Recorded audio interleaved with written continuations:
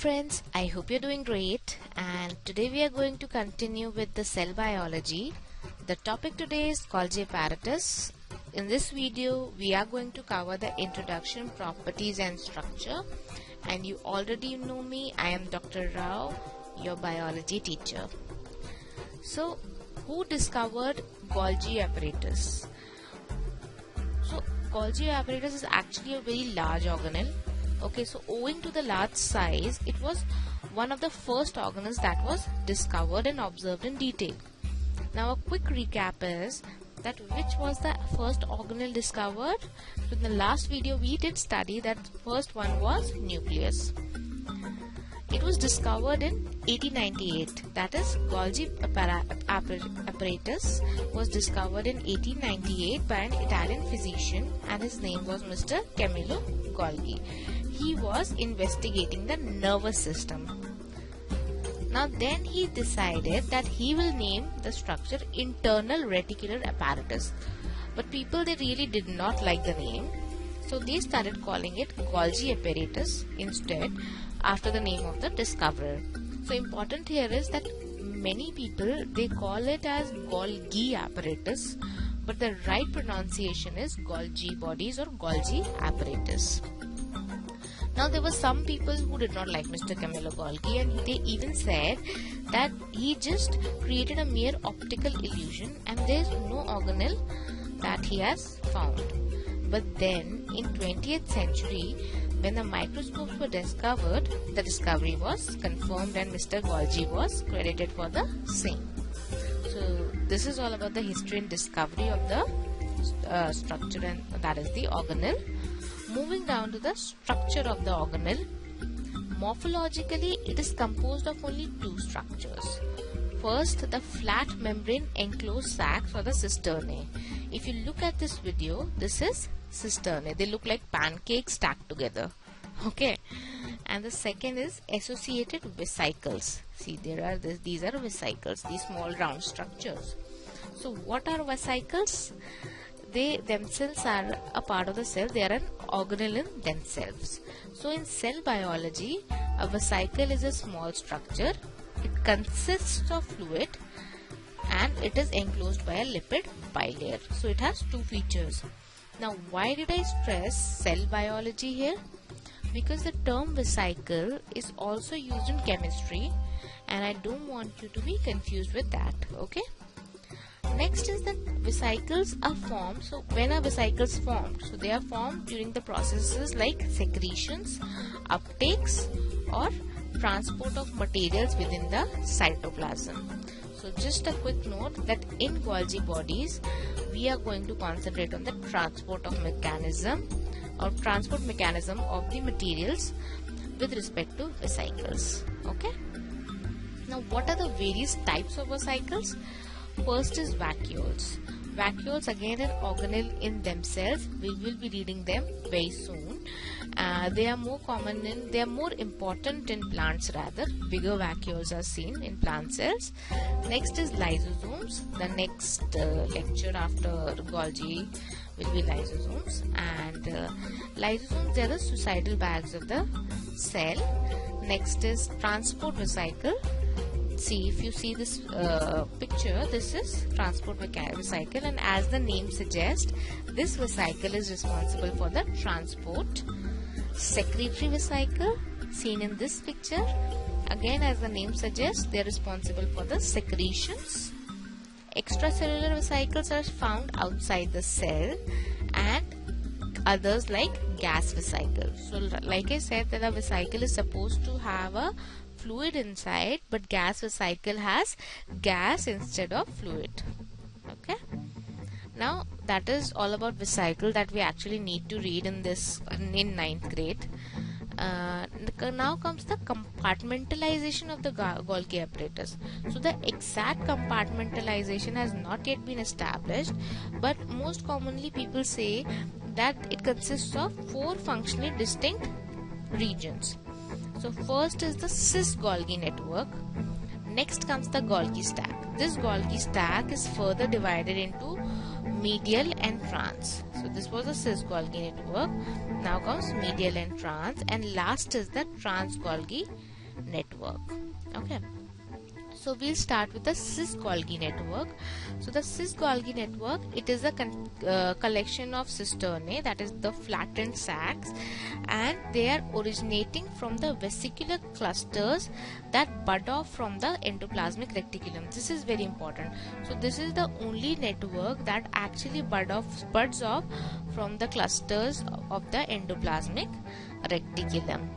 Now every mammalian cell, it typically has 40 to 100 stacks present, and one stack it has 4 to 8 cisternae.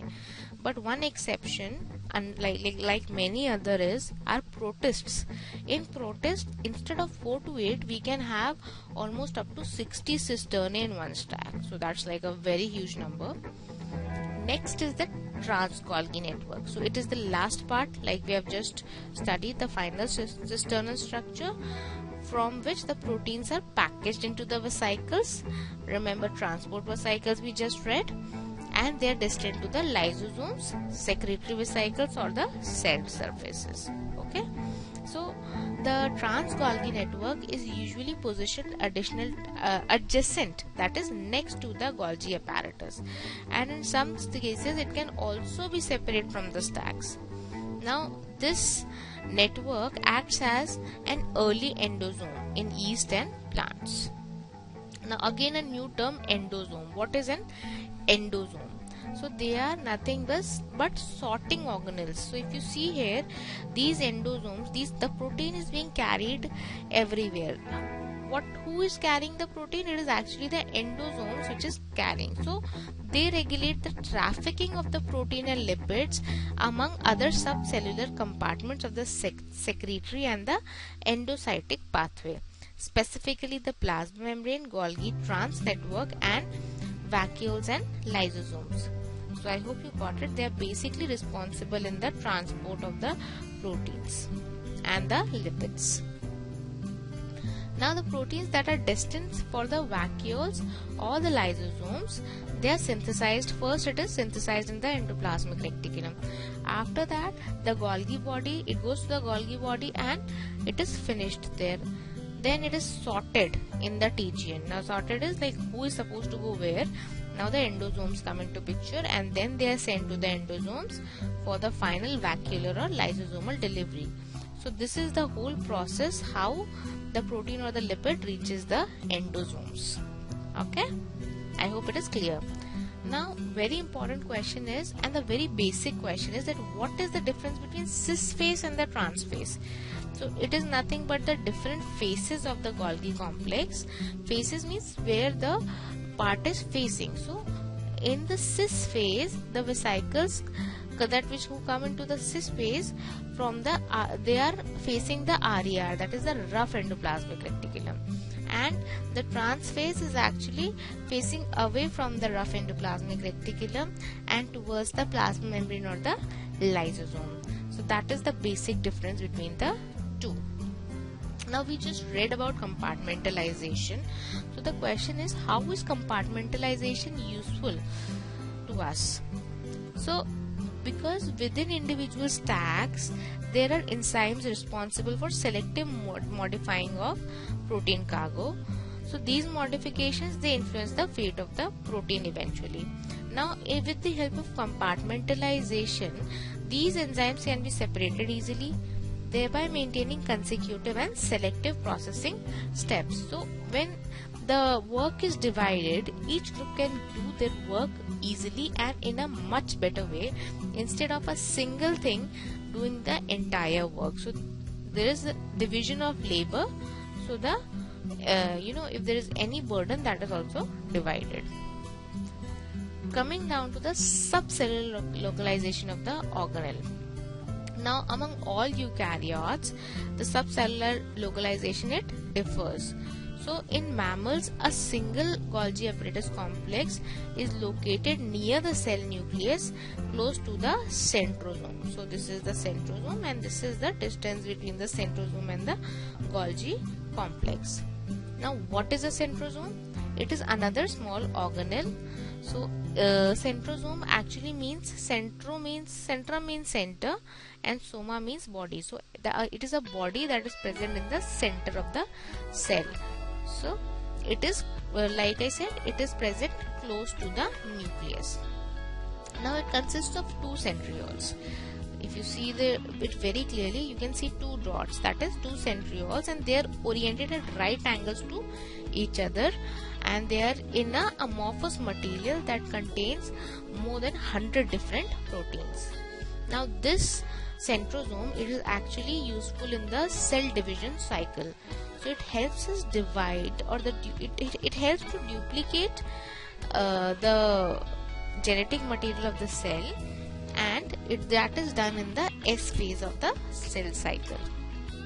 Now just before mitosis, the two centromes, they move apart to the opposite sides of the nucleus. See, to the opposite sides of the nucleus they have moved, and then these microtubules, they start growing towards the metaphase plate. This plate is known as the metaphase plate. Now these crystals of microtubules, they are also called as spindle fibers. So that's all we need to do in the introduction of Golgi bodies. So we'll be continuing with the part 2 very soon. Till then, keep watching Edupedia World. I hope you understood the topic. If you did, if you liked it, please like the video, share it, and please subscribe to Edupedia World. Till then, this is me, Dr. Prajita Rao, signing off. Enjoy.